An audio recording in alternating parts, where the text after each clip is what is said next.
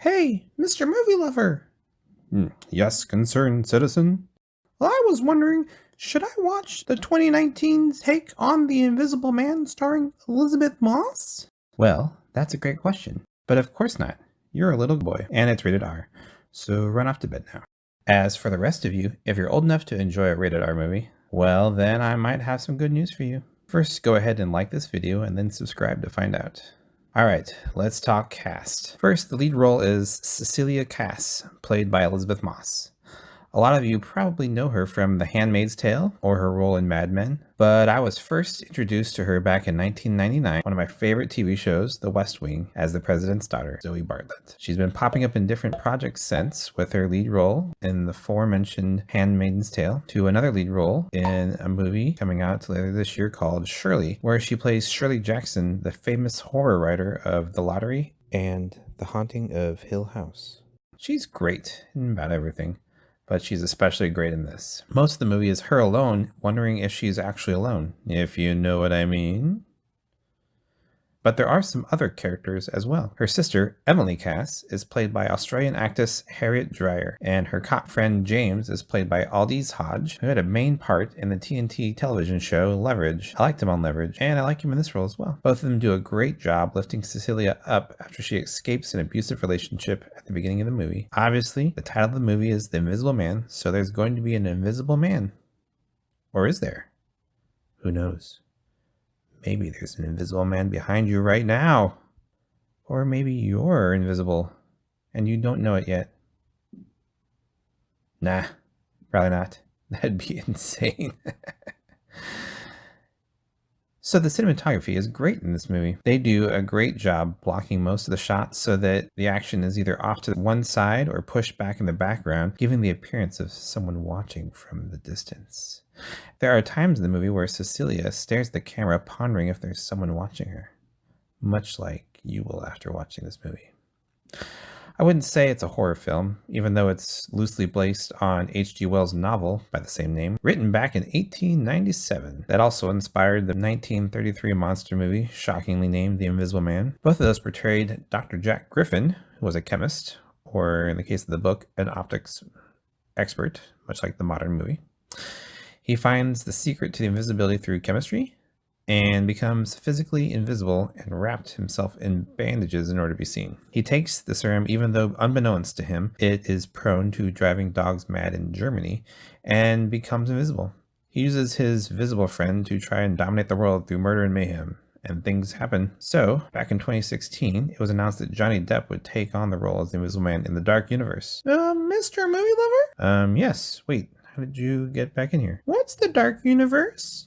Thank you again, little Mr. Plot Device. You are really helping me move things along here. So, to answer that question, I take you back again to 2014, where the bad remake of Beauty and the Beast, Luke Evans played Vlad the Impaler, aka Dracula, in the movie Dracula Untold.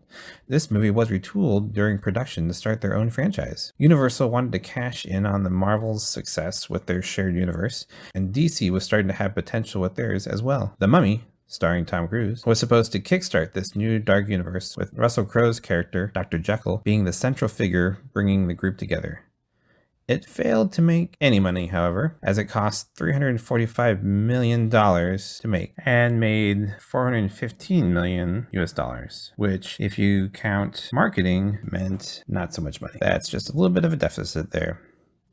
Now, I can already hear my 7 subscribers questioning, but Mr. Movie Lover, you said there was only one Tom Cruise movie you didn't like. Well, first of all, I kind of forgot about Eyes Wide Shut while recording that, and I didn't hate The Mummy. I liked Tom Cruise in it, and I liked Jake Johnson in it as well, but could have done without any of the Russell Crowe parts, which is partially why the Dark Universe is pretty much dead before it got kicked off. Most people didn't really care for it. It was supposed to keep going with Johnny Depp as the Invisible Man and Javier Bardem as Frankenstein's monster, and possibly Angelina Jolie and Dwayne Johnson in future movies. With the first movie connecting the dots turning into a flippity-flop, it was all gone. If you're wondering where I'm going with all this money talk, trust me, it'll make sense in just a moment.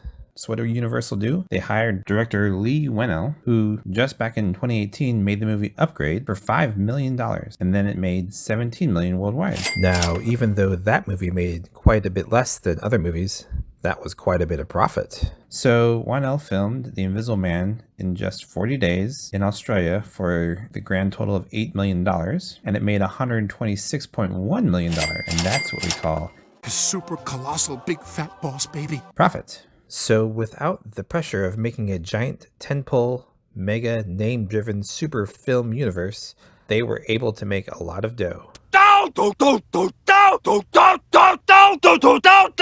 They already have a movie titled The Invisible Woman in the works, both starring and directed by Elisabeth Banks. So back to this movie, should you watch it? Well, do you like thrillers that bring light to the psychological toll that domestic abuse can have on a victim as they are isolated from all their friends and family? Maybe just a few jump scares here and there? I'd say yes, go watch it. It's well written, well acted, and just overall well made. So go watch it and enjoy. And that's it. Thanks, and I'll see you later. Well, that was fun. Here at Mr. Movie Lover, we are always trying to make your video watching experience the best we can. So please give us a like here, and don't forget to subscribe to the channel.